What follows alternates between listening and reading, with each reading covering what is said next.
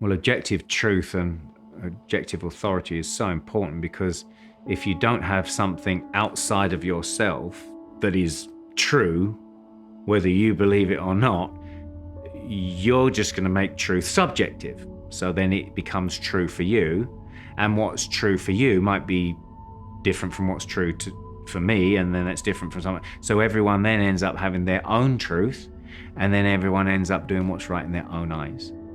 The thing is, what is objective truth? Of course, we know the scriptures are objective truth, and this is where just thinking of Christians as they might engage with non-Christians, and the non-Christian might say, well, I believe this is objective truth, and you believe the Bible is objective truth. And they say, okay, now at least we've got a place where we can start to have a discussion. Now let's compare your objective truth to my objective truth. And you can take them to the Bible, they can take you to whatever their objective truth is that they think it is, and you will find that the Bible, as we know, will stand firm and is a coherent worldview, whereas these other worldviews will ultimately be flawed. You can't convert a person, but you can through even things like objective truth.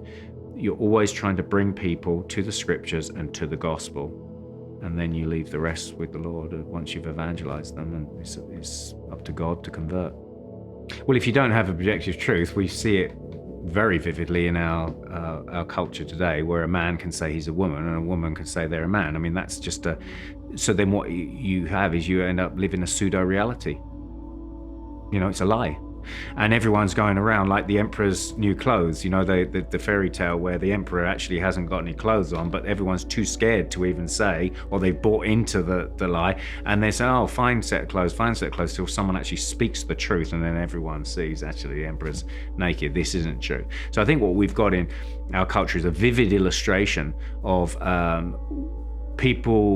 a culture that will not accept objective truth, to the point where they actually deny what truth is. They say that evil is good and good is evil, and true is false and false is true.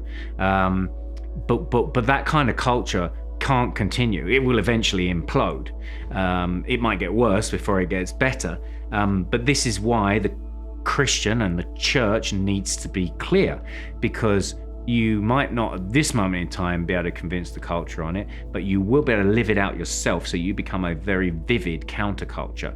And I think alongside that, as we live out who we are as Christian men and women in the Christian family, and the differences as well as the equality and all of that, we need to do it with joy. We don't want to be angry Christians that just hate the culture because the culture's against us. We got to have this joy in what we do. So then we present a joyful counterculture, that when this culture's imploding, people, or some from the culture, may look to the church and say, how come there is this harmony? How come it seems to fit?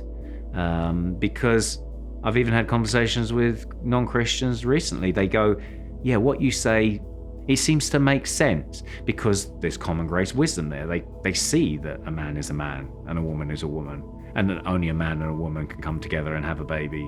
They see that, even if they don't see it in terms of Genesis 1 and Genesis 2. They see it because God has given a common grace wisdom in his creation and harmony to see that fits and that works in his design and glory. So I see it as a way to really kind of even evangelize or connect the people in the culture that will be looking and thinking, this is going downhill. This doesn't make sense. This is awful. My children are now affected by this as well.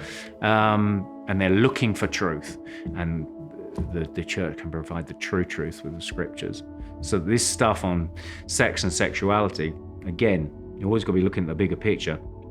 In the darkest times, God's often working the most behind the scenes. Just look at the cross.